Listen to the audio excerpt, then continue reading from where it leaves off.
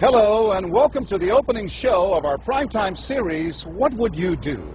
If you see something and you think it's wrong, do you step in or do you step away?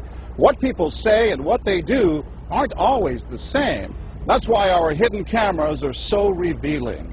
In our first scenario, we weren't sure what to expect when our opinionated man behind the counter meets the Muslim woman in a headscarf.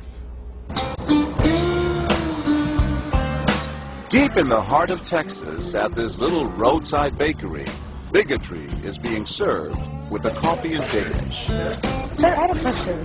No, ma'am. We don't serve Muslims here. I'm sorry? This is America. We're at war with your people. I don't know what you think I am. I'm just trying to get an apple. Well, you're a terrorist is what you are. So... Excuse me? You got to take your business elsewhere. We don't serve your kind here. The other customers at this bakery near Waco seem to hear everything, but they barely look at the Muslim woman, even when the language is tough to take. Get back on the camel and go back wherever you came from. Sir, I'm an American. I was born and raised in No, this you're not. country. Americans don't wear towels on their head. Muslim Americans say these are words they hear all the time in all parts of the country. But here at the bakery, what the customers don't know is that this Muslim woman and the man behind the counter are actors. The bakery is working with us, all part of a primetime hidden camera experiment on prejudice and patriotism. Please take your business elsewhere.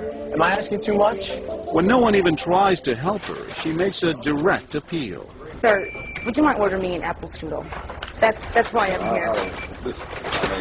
I can give you the money. I have no problem. That's not a problem with me. Please no, sir. I'm not going to let you have a job.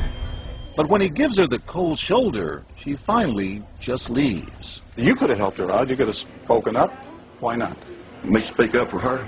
Well, if he tried to do some harm to her or something, then I would have. But why not try to set him straight? I really think that a person that owns his own business should be able to say who they sell to.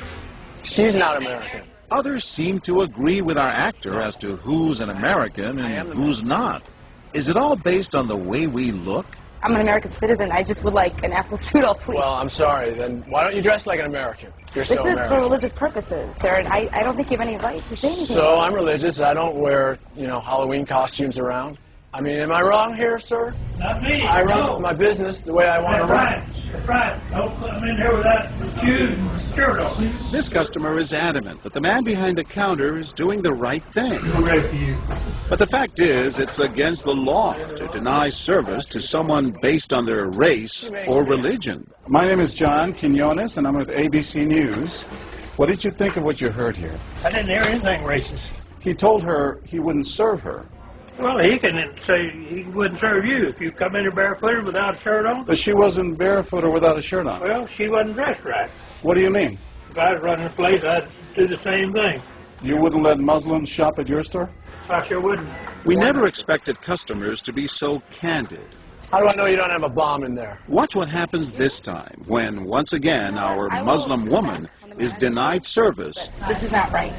and again leaves. We reserve the right to not serve. That's right. Certain kind. That's right. That's, I appreciate saying that. I think that's the first time I've ever seen that. He not only commends the man behind the counter for his discriminatory behavior, but he gives him the thumbs up, not once, but twice, Good job. All right. as he leaves. Sir, can I talk to you, sir, for a second?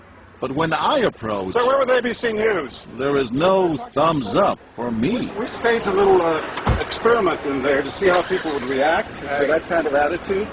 You're not an American. I am an American. That man took it a bit farther, telling me I'm not an American. He was threatened. Jack DeVideo is a social psychologist at Yale University. So when we as Americans feel threatened from the outside, we're going to define ourselves in very rigid fashions, either with me, and if you're not really one of me, then you must be somebody else who's against me.